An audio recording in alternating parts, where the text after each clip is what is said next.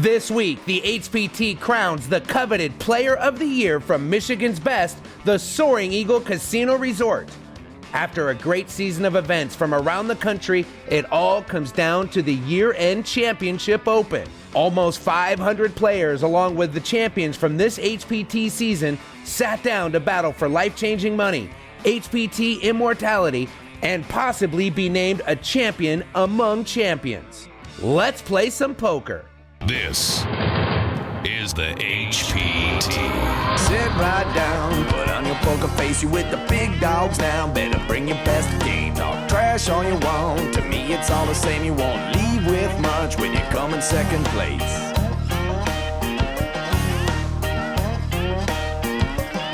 And I'm the one with the stack showing 7 to the jack on cry to your mama, cause I'm sending you back. I'll be the last man standing with the money in my hand. I'll be the last man standing with the money in my hand. Last man standing with the money in my hand. I'll be the last man standing with the money in my hand. Hello everyone, welcome again to the HPT. I'm Fred Bevel, this is Maria Ho, and we are at the Soaring Eagle Casino Resort to wrap up our 9th season with the Championship Open. All the champions from this season, along with hundreds of other players across the country, came here to the Soaring Eagle Casino Resort in Mount Pleasant, Michigan with one goal: to be named a champion among champions. This finale event also crowned HPT's Player of the Year, honoring the player who consistently performed well throughout Season 9 on the HPT. This year, that honor is awarded to professional poker player Alan Chainsaw Kessler. Along with several cashes, Alan made 4 HPT final tables with 3 ninth-place finishes and a third-place finish. For his accomplishments, Alan will receive 6 main event buy-ins and hotel accommodations to use throughout Season 10 on the HPT. Congratulations to Alan. Unfortunately, he couldn't navigate his way to the final table this week. This field built a prize pool worth over $678,000, and as we speak, the final 9 are preparing to sit down under the bright spotlight of the HPT and battle for over $159,000. Maria, once again, life-changing money is on the line. The dynamics at this final table is the perfect ending to a record-breaking HPT season, and the player who can stay on their game will be crowned the next HPT champion. What an amazing event to end on. The Soaring Eagle Casino Resort has always given our players a great tournament experience. Let's check out the money that's up for grabs and the updated chip counts and get right to the action.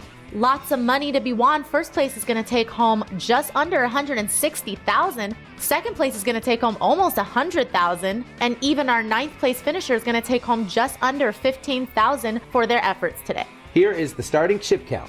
Our chip leader coming into the final table is Chuck Tawney. He has over 3.6 million. And in the second chip position is Ardashir Azadnia. He has 2.35 million.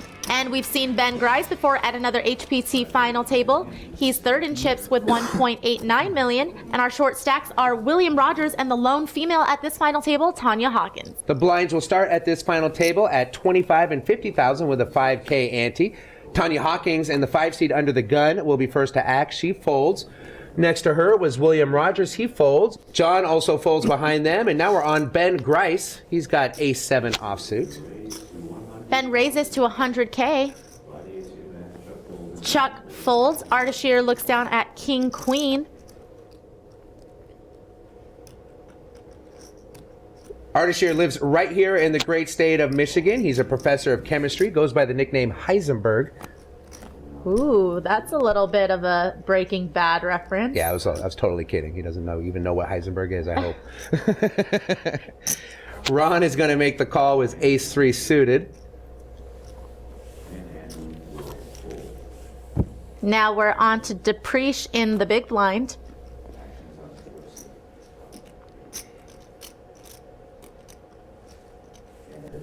Depreche is going to fold. So we're going to go 3 ways to the flop. Ben has the best hand right now going to the flop with ace-7, but I have a feeling the flop's going to change things.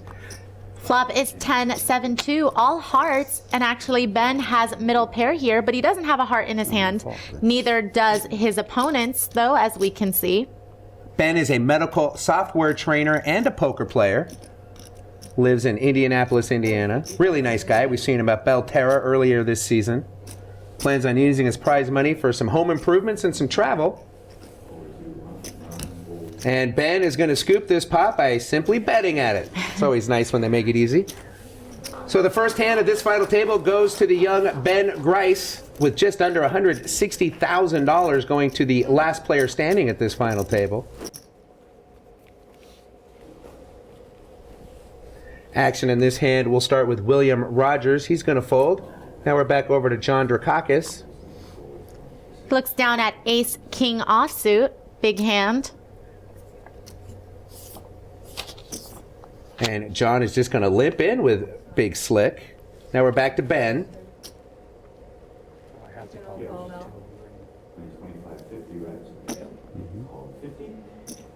Ben quickly calls behind with suited ace three of hearts here. And this is Chuck Tawney. Chuck is going to fold. Now over to the one seed of Adagir Azadania. And Adagir, forgive me, I'll just be using your first name throughout the broadcast.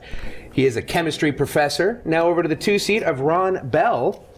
Ron lives in Toledo, Ohio, is a business owner. Lists his career tournament winnings at $80,000. That's approximately $79,000 more than I've won. Well, he probably doesn't play king queen, Fred. Ron's going to fold, as well does Andrew. And now we're over to Depreche. He is going to call. Now we're over to Tanya Hawkins. Tanya is a rock and roll singer, also a mother. And Tanya playing not just for herself today. She has a friend that's going through some hard times. She says if she wins at least $20,000 from this final table, she's going to give it to her to help her with her house. Tanya checks her option here from the big blind with Jack 9 of spades. And the flop is King 9-5 Rainbow.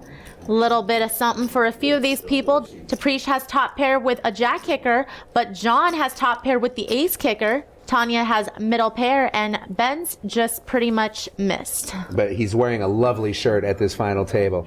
Depreche is going to bet $125,000. Now the decision on Tanya with just middle pair. No real reason for Depreche to think top pair is not good here in a limped pot, but John was trying to be sneaky and limped in with ace king there.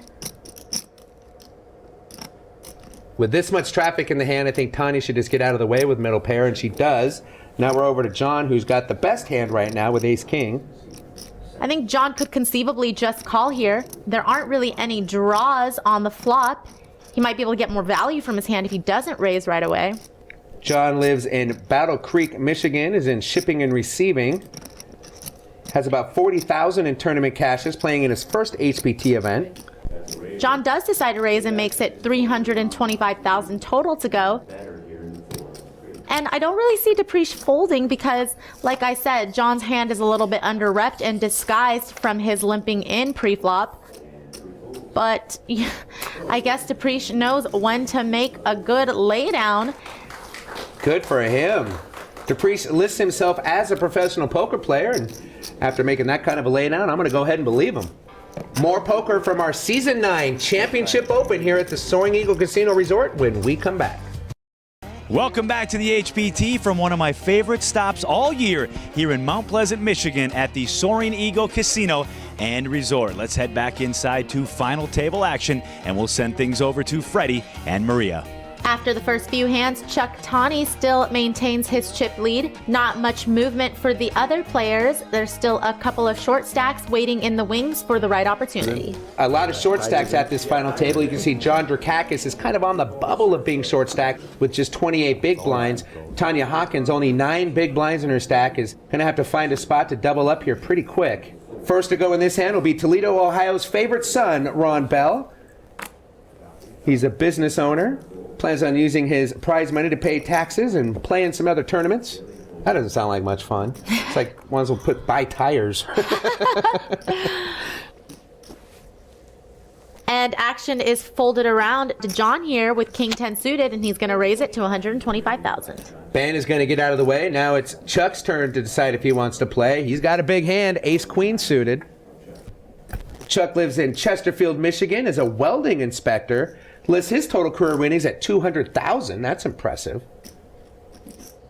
John raised from middle position, it looks like, so Chuck is probably going to 3-bet him here with ace-queen suited.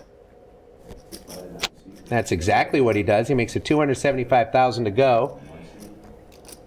And now action moves over to the big blind of the 1 seed Ardashir. He's going to fold. And now back to John, the original raiser. And you know, Chuck's 3-bet wasn't really that big, and I don't really mind John flatting here with King 10 of diamonds in position. It does have some potential after the flop. The flop is deuce 8-4 rainbow. Ace queen still ahead here.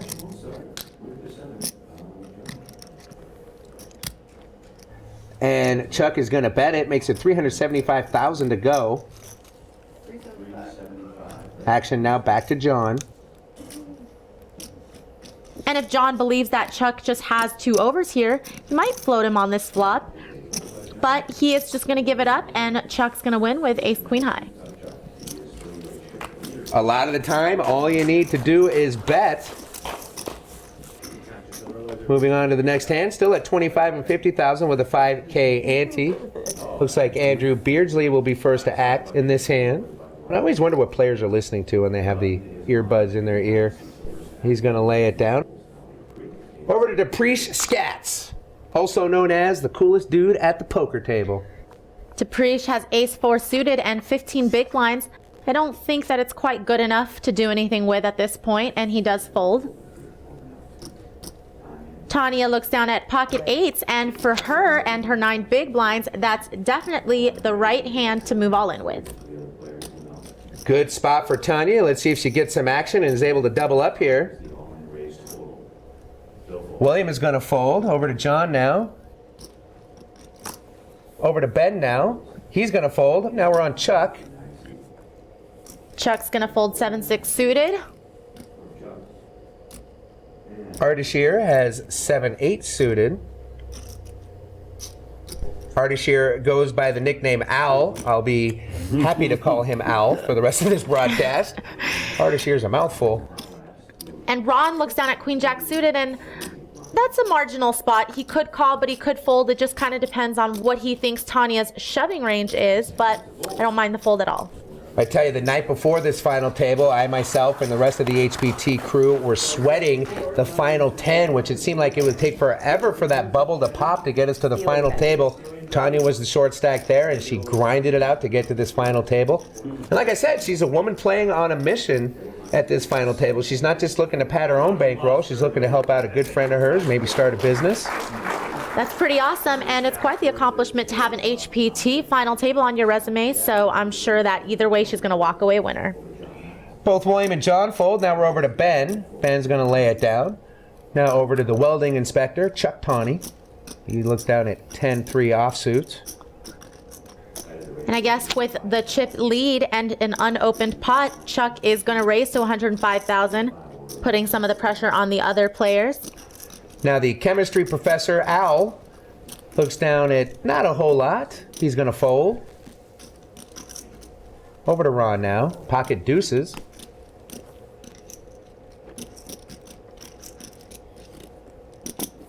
Ron's going to smooth call in position with pocket deuces, looking to set mine. Andrew and Pre both fold. And now over to Tanya. She's got 10 king offsuit. Maria, this might be another good spot for her to move in. What do you think? I don't think she has much fold equity against a raise and a call. She didn't double up last hand, it got folded through, so she has a similar stack. Well, she is going to see a flop. Makes the call of 55,000 from the big blind.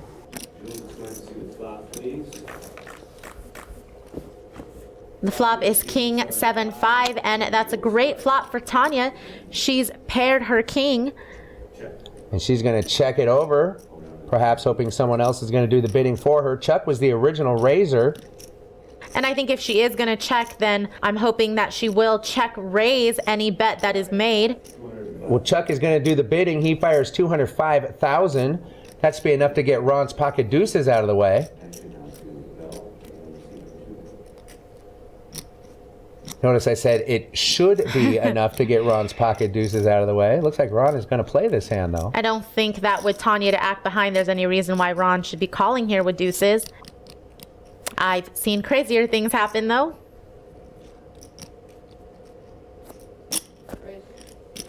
Well, Maria, he's not calling, he is raising. He's deciding to turn those deuces into a bluff, and wow, now Tanya might be unsure as to where she stands with top pair. It's not easy for her to commit her tournament life here after a C-bet from Chuck and a raise from Braun. She might think she's outkicked. Boy, I don't know. There's 1.1 million in the pot.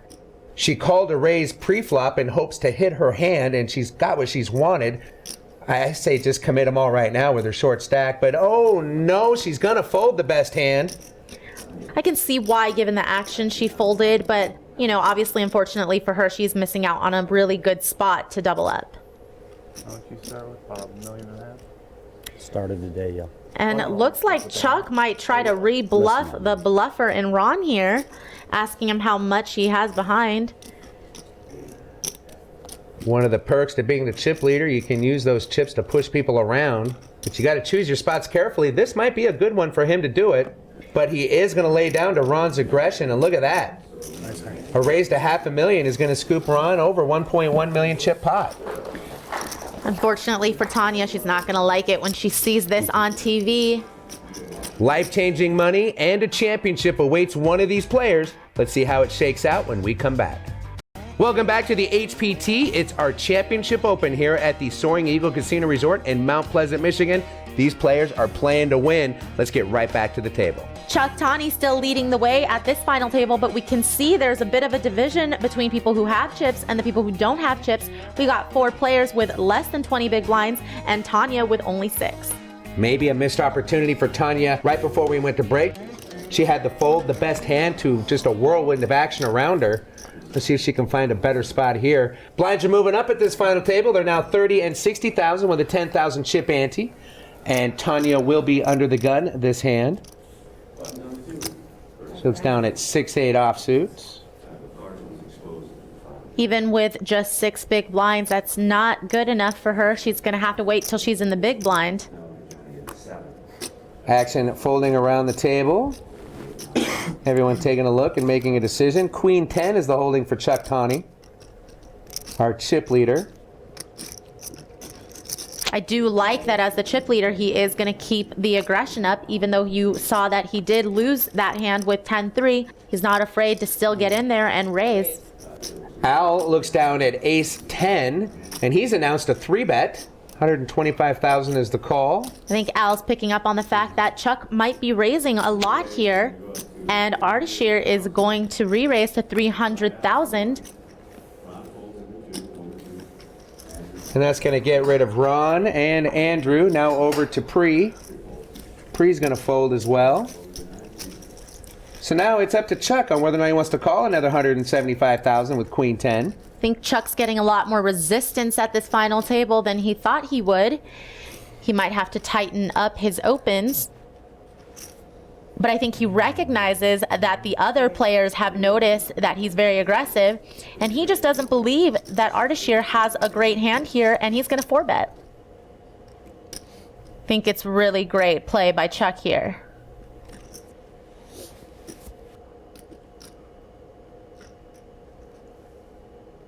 I think it's just about having awareness of how the other players perceive you. And Chuck is going to get Ardashir to lay down the best hand. We are seeing some poker being played here in Michigan. Fun to watch. Nice 4-bet bluff there by Chuck. A little smirk from him. All right. These guys all settling into the TV cameras just fine. Blinds continuing at 30 and 60,000 with a 10,000 chip ante. Party on. And it looks like Chuck will be under the gun this hand. He's got Jack-Queen offsuit. And there he goes reaching for chips again, Maria. It doesn't matter what position he's in. Well, I think the important thing is that once Chuck got that 4-bet through, these players are going to be really reluctant to 3-bet him light, and he knows that. So he pretty much has free reign right now to open. Like a big gorilla just pounding everybody into the ground. He's getting good hands to fold when he enters the pot. Now we're over to Pre.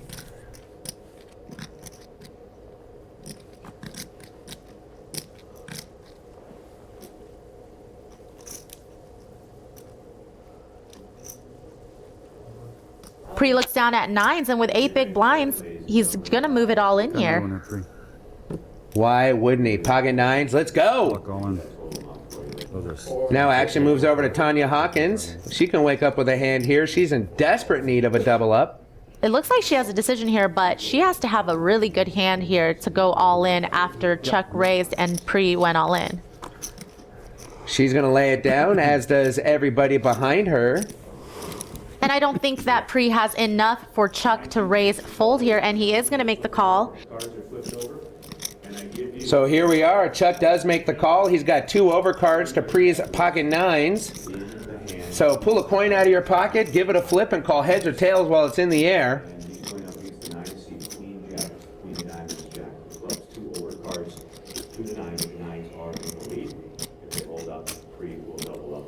This will be a telltale sign on whether or not Chuck is playing well and running well. We know he's got 1 out of the 2 going for him. Here is the flop.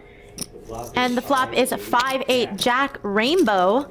And Chuck has outflopped Depreche here. He's paired his jacks and now has a commanding lead. So yeah, go ahead and mark running well right next to playing well. That's what Chuck's got going for him. Dangerous combination. The turn is the 6 of clubs, and actually that gives Depreche a few more outs. He has gut shot straight draw. A 7 will also give him the winning hand. So Depreche hoping for a 7 or a 9, or he will be our 9th place finisher here at Soaring Eagle Casino Resort. The river is a 6. Wow, for a second I thought it was a 9. And that is going to do it for Pre. A great run for this young man at the final table. He'll be going home with just under 15,000 bucks. Congratulations, sir. So the rich get richer, Maria, as Chuck puts the last of Pre's chips into his stack. Action in this hand is going to start on the 1 seat with Al. Chemistry professor. Lives right here in Michigan. And a 9 missing. Originally from Tehran, Iran. He's going to fold. Now over to the 2 seat of Ron Bell. Ron's got ace-king. It's 60, right? The blind is 60. It's a good hand to wake up with. Ron's got about 26 big blinds.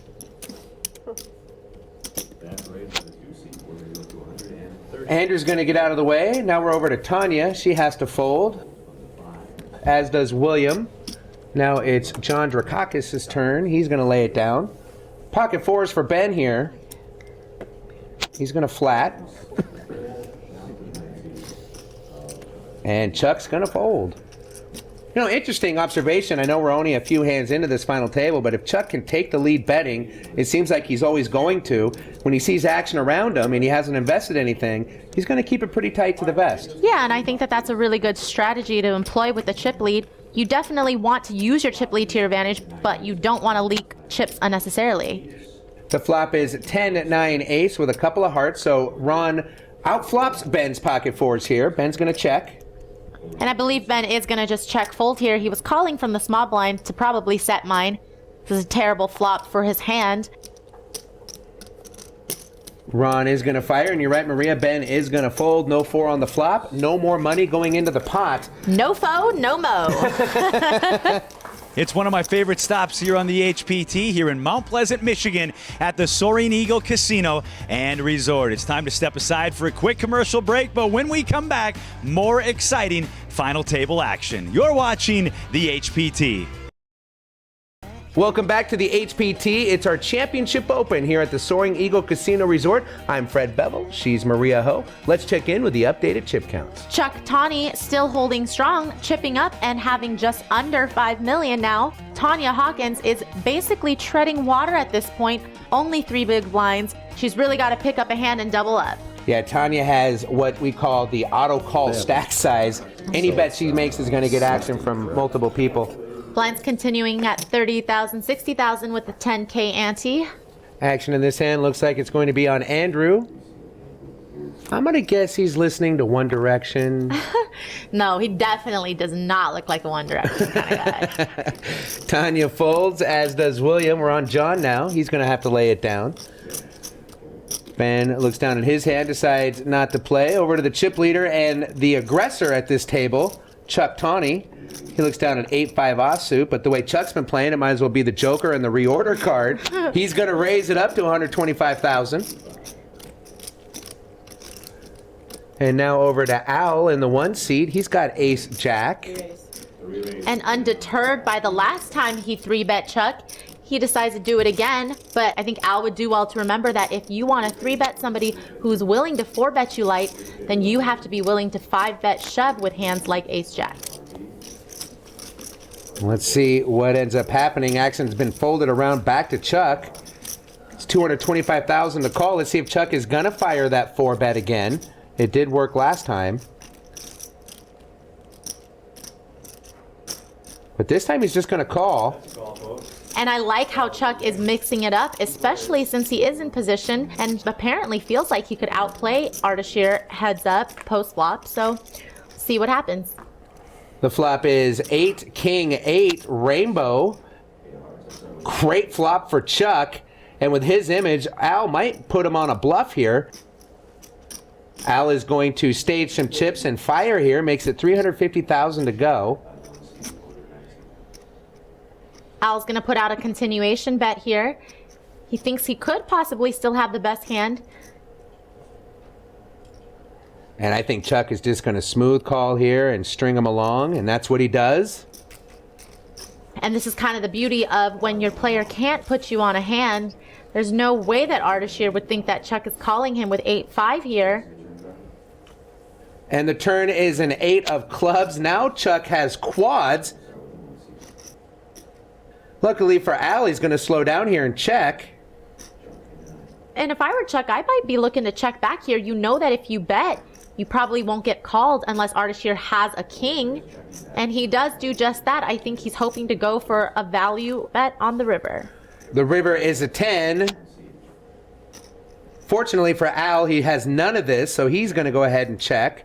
Expect a value bet now from Chuck, over $1.5 million in the pot. But because Chuck did check behind on the turn, I think Ardashir might be willing to look him up with ace high, wondering what he could possibly have. It's hard to put him on quads, obviously. Well, Chuck put in a baby bet in relation to the pot size, just $325,000. Call. And you're right, Maria. Ardashir is going to call and look him up, and he's going to see that Chuck has the quads. And I think you have to give credit to Chuck for just the perfect bet sizing there on the river to where Al had to make the call. Very, very impressed so far with how Chuck has been taking command of this final table. He's been playing a lot of interesting spots very well. The momentum is all on Chuck right now, and these other players have taken notice. They're going to definitely be stepping cautiously when in a hand with him. We just had to check Chuck's bio again to make sure he's not a professional player. He is a welding inspector from Chesterfield, Michigan. He's playing like a pro. Can I get some lessons, Chuck? Action in this hand starts with William Rogers. He's going to fold, as does John. Both William and John pretty quiet at this final table so far. Ben's going to fold. Now back to Chuck. He's been active enough for everybody. He's going to take this hand off. Al's going to fold as well. Boy, just flat cards folding around the table as Ron releases 9 deuce. Now we're over to Andrew Beardsley. He's got Jack 9. Maybe a little Dave Matthews. Am I closer with Dave Matthews? I like Dave Matthews. I can see Dave Matthews in his iPod. And Andrew is going to bet $375,000 from the small blind. He's putting Tanya all in here from the big blind. And Tanya doesn't have a whole lot. I think she just needs to go all in here. Yeah, when you have 1 big blind invested and 2 big blinds back, you don't really have much choice here. 65. Unfortunately for Tanya, she's going to see that they both share the 9, but Andrew has her outkicked with a jack. So Tanya is drawing to just 3 live 10s, hoping for some kind of a straight sweat on the flop. Tanya looking to double up or be our 8th place finisher. 8th place paying $18,309. Tanya's goal was to win $20,000 so she could help her friend out with her home. Tanya's going to need to get lucky. Here comes the flop. The flop is 8-7 queen, and actually Tanya has flopped an open-ended straight draw. She needs Andrew's jack or a 6 to hit the straight because her 10 unfortunately isn't live anymore, as that would give Andrew a higher straight. Still good. So she lost a couple outs but gained a few more outs with this flop. Yeah. The turn is the 2 of hearts. Tanya's still looking to complete her straight draw on the river. Tanya hoping to find a 6 or a jack on the river to stay alive at this final table. The river is the ace of hearts, and that is not going to do it for Tanya. Unfortunately, she's going to be eliminated. Seems like a nice lady. Tanya, one of the best people we've seen on the HPT Tour throughout the year. She lists herself as a rock star and a mom. More poker from the Soaring Eagle Casino Resort when we come back. Welcome back to the HPT, coming to you from Mount Pleasant, Michigan, here at the Soaring Eagle Casino and Resort. Let's send it back inside to Freddie and Maria. Guys? Chuck Tawney hasn't faltered yet, still extending his lead. Ben Grice is in the second position with just under $3 million. And we got a few short stacks still. John and Ardashir both have about 10 big blinds, and William has 6. As we begin 7-handed poker, 3 players are on life support looking for a double up quick. Blinds continue on at 30 and 60,000 with a 10,000 chip ante. And once the cards are finished being dealt, it'll be Ben Grice's decision to make. He looks down at ace jack offsuit. And Ben, who was active early in this final table, has had to fold a lot lately. Looks like he's going to come in for 120,000 with ace jack. Chuck is going to fold. Al in the 1 seat's going to fold. Now over to Ron. He's going to fold. Now to Andrew. He's got off-suited connectors. He has to lay it down. Now over to William. William has been extremely quiet at this final table. I can't think of a hand he's played yet. Same could be said for John. And I just don't think 6-4 is a good enough hand in the big blind to defend, even against Ben's min raise. Ben also did raise under the gun. John is in shipping and receiving, lives in Battle Creek, Michigan. He's 29 years old, has $40,000 in tournament cashes, playing in his first HPT event. John is also pretty short with just 11 big blinds, but I guess he decides that since it's suited, he wants to just peel anyway. The flop is 4-6-9. What a great flop for John. He's hit 2 pair. Unfortunately for John, Ben has missed, but I suspect Ben will fire a continuation bet here. Ben peeks over to see what John has left in his stack. Maybe he's thinking about checking behind.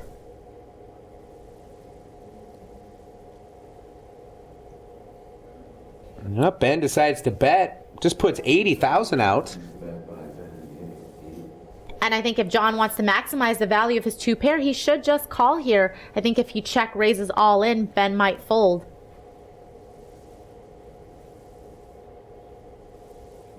I think Ben put out a small bet here on purpose. I think he wants to see if John makes the call, you might see Ben slow down. But John is going to check raise, and Ben snap folds. So I think that was more of an information bet than it was a try to win the pot kind of a bet. And that's why I don't really like calling off of that stack with that hand, because you're not really going to get a whole lot of value when you do smash the flop and you're just kind of losing chips you can't really afford to be putting into the pot by calling pre-flop. Words of wisdom from professional poker player Maria Ho. She is my poker coach, which means she's booked. You cannot have her. Action in this hand will start with Chuck, our chip leader. He's got 10 jack offsuit. And I think at this point, the other players that have decent sized stacks should maybe just try to stay away from Chuck. You know, he is hard to play against, and they kind of want to try to ladder because there is a few short stacks. Yeah, Chuck in a really good position here when it comes to table dynamics. He's got the chip lead, as you mentioned, a lot of short stacks at this table, everybody looking for a pay raise. Gives him an open door to just be a bully. William with 6 big blinds on the button goes all in with King Queen, and it's really not much more at all for Chuck to call. He is certainly going to put William at risk here. And Chuck is going to make the call. William is all in, and he is ahead. What is, in my opinion, one of the best hands in poker. A straight draw. So I'm your poker coach, but you don't listen to anything I say. Just not that part. I listen to everything else. Actually, I do need to start listening to you more when it comes to that hand. I just can't help it. The flop is ace, jack, ace, and Chuck has paired his jack and now is in the lead, but William still does have quite a few outs. He has a 10 for a straight, a king, or a queen. Chuck hoping to fade some outs on the turn and river and eliminate another player from this final table. Let's go ahead and see the turn card, please. The turn is the 6 of clubs. So far, so good for Chuck. But you know, earlier I mentioned it, you can put a check mark next to playing well. Now you can put that check mark next to running well. That's basically the formula for winning a final table. We'll see if Chuck could take it all the way. The river is the 2 of clubs, and unfortunately, William will be our 7th place finisher, going home with just over 22,000. As William Rogers makes his way to the cage for his impressive finish at this final table, we're going to take a timeout and listen to some classic stories of the game from the man himself, Doyle Brunson, in A Poker Life featuring Doyle Brunson, brought to us by our friends at Ace Play Poker. This was a guy that worked at the stockyards, and he played poker every weekend, and he would usually lose his paycheck. And we were playing ace to the 5 low ball, and we'd been up for a day or so, and he drank a lot and he smoked a lot. And we played a pot of poker, and we put all of our money in the pot. And I bet, and he called me, and I turned my hand over. I said, I got a 7-5. We were playing aces low. And he looked over at it and he said, oh, I don't have a 5 in mine. He spread a 7-4, so he won the pot. And he went out to get the pot, and he just fell face down on the table, just dead like that. And so I think at that point showed me how cold-blooded gamblers are, because we took him away and continued the game. I tell you, when I watch A Poker Life with Doyle Brunson, I feel like I need to be at a campfire eating marshmallows listening to these great stories. We'll be right back to the HPT to crown our champion right after this from the Soaring Eagle Casino Resort. Thanks for coming back to the HPT here at the Soaring Eagle Casino Resort in Mount Pleasant, Michigan, the Championship Open. Everybody wants this one, Maria, because all the champions from Season 9 came to this event, so they all want to be the champion among champions. Let's check the updated chip count. Kind of been the Chuck Tawney show here. He's the one scoring the knockouts for the most part at this final table, and that's why he's up to $6.5 million in chips. John Dakus has 935,000, getting close to that 10 big blind shove stack, and Al has 585,000, which means he is in the shove stack zone. Chuck Tawney just steamrolling this final table so far. You can see he has almost half the chips in play, and it's really a tale of the haves and have-nots from there. The closest player to him is still almost $4 million behind him. Blinds continuing at 30 and 60,000 with a 10,000 chip ante. As we begin our first hand, 6-handed here at this final table, which, as Maria will point out, is the official starting point of short-handed poker.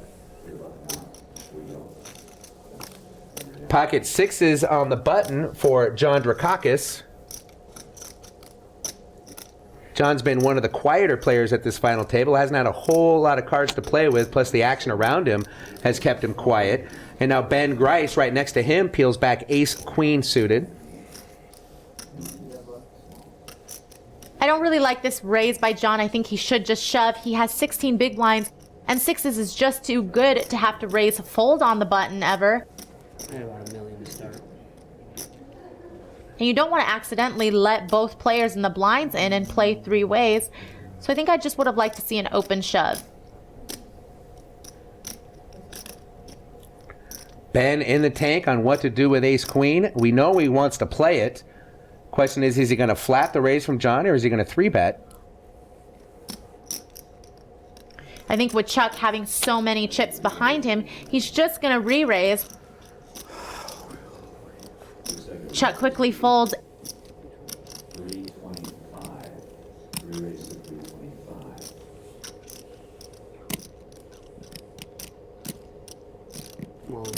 And it looks like John's decided to go with it. He is going to go all in over the top of Ben's re-raise, and he'll be flipping for his tournament life. It's a very standard situation. It's just up to fate to see who's going to be on the right side of this coin flip. John hoping it's pocket 6s on the right side. Ben hoping to eliminate a player and give everybody a pay raise here and take us 5-handed. Chuck wins this one somehow. Let's see the flop. The flop is 5-6-3. Great flop for John. He's flop top set here. Ben's drawing to runner flush or straight outs. Gotta have a sweat. It's not over yet. John with a big lead in this hand, though, poised to double up. The turn's the king of hearts, and it's all over. Ben is drawing dead now, and he's going to have to double up John And 16 big blinds isn't nothing compared to Ben's 43 big blind stack. Ben's gonna have to see a chunk of it go John's way. Almost 2 million in chips are going in front of John now, so he's going to go from a short stack to pretty comfortable, moving right up to that third or fourth place on the leaderboard now. Pretty good time to win some flips. At the final table, for sure. Blinds continuing at 30 and 60,000 with a 10,000 chip ante as the dealer passes the cards around to all the players. Under the gun here will be Ron Bell from Toledo, Ohio. You know, it's fun. You come to an HPT event, you see players from all over the United States. Ron's going to raise it up to 130. Ron lists over $80,000 in tournament winnings. That's pretty impressive. Ron decides he wants to get in the mix here. Ben on another decision. You know, Maria, Ben's been getting a lot of starting cards that are known as trouble hands. These 10 jacks, these jack queens, these suited 10 nines, things that can get you in a lot of trouble and put you on the pressure for some decision makings later in the hand. Yeah, I don't know if I love this call from Ben. He has just under a 30 big blind stack. Ron's been playing fairly tight, and he did raise from under the gun. I'm all in. And now it looks like Ardashir is going to go with pocket threes here with 10 big blinds, and I really, really don't think that this is a good shove. I don't like it against an under-the-gun raiser and a caller, but luckily for Al, they just don't really have much to call him with. Al not afraid to splash around if he thinks he can triple up. The end of the season celebration is here at the Soaring Eagle Casino Resort with HPT's Championship Open. More action from this final table when we return. Thanks for coming back to the HPT. We're inching ever closer to our newest HPT champion. Let's check the updated chip counts. You could see there's a huge chip discrepancy between first and second, and if you go down the line, everybody after Chuck has similar stacks except for Ardashir, who has 875,000, which is about 15 big blinds. And the big swing since we last checked in on the chip counts is John Dakus. Over 1 million chips have been added to his stack, moving him up the ladder and putting him in real comfortable position in relation to the blinds as they are continuing at 30 and 60,000 with a 10,000 chip ante. Looks like John Dakus is under the gun this hand. He's going to fold. Now over to Ben. And Ben is going to lay down the flat tire, Jack 4. And right next to him, Chuck wakes up with a legitimate hand, pocket queens. Probably the only legitimate hand Chuck has raised with. Well, he's been playing every hand he's had like they were aces. Yeah, I mean, and that's a testament to being able to put pressure on your opponents. Action now folding around. It really seems like these players just want to avoid him. Unless you wake up with pocket aces, then you want Chuck in your hand. Good time to pick up the best starting hand in poker, and Andrew 3-bets. Chuck quickly puts them all in, and Andrew, of course, snaps him off. And both players table their hand. Andrew shows the rockets. Chuck shows the ladies. Let's see how well Chuck really is running here. If he can crack aces when he's a 4-1 dog, then he might as well just hand him the championship. And the way Chuck has been running, Andrew has every right to be looking nervous right now. No kidding. Doesn't even look that comfortable with aces. Over 4 million in the pot here. Here comes the flop. 6 deuce king, and so far Andrew has faded Chuck's luck on the flop. Andrew is going to be catapulted into second in chips if he can hold on here. Turn is the jack of clubs, just paint all over the place, but not the queen. One of the 2 queens in the deck is the only way Chuck is going to eliminate Andrew. Andrew poised to double up and stack over 4 million in chips. The river is the 10 of hearts, and that's going to seal the deal. Andrew's going to double up and catapult himself into second place in chips. Great time for Andrew to pick up aces and holds there. Let's see if he can make the most out of this opportunity to give Chuck a run for his money. Well, Maria, this final table is everything I hoped it would be. A lot of fun poker to watch, a lot of action. We started with 9, now we're down to 6 left battling for the championship. What's your take on today's play? I'm really impressed, especially with Chuck Tani, our chip leader. He has really played an amazing, extraordinary game, and I really see him winning this whole thing if he's able to keep that up. Yeah, in his bio, he wrote welding inspector. I'm going to have to do a little research, make sure he's not just sandbagging. He's playing that well. We'll have to see if he can hang on for the championship or if some cards are going to shift things around. next time on the HPT. Now, do you think you have what it takes to sit at our final table under the bright lights and national television cameras? Well, log on to hptpoker.com and find an event near you. For Maria Ho and James Larson, I'm Fred Bevel. We'll see you next time right here on the HPT.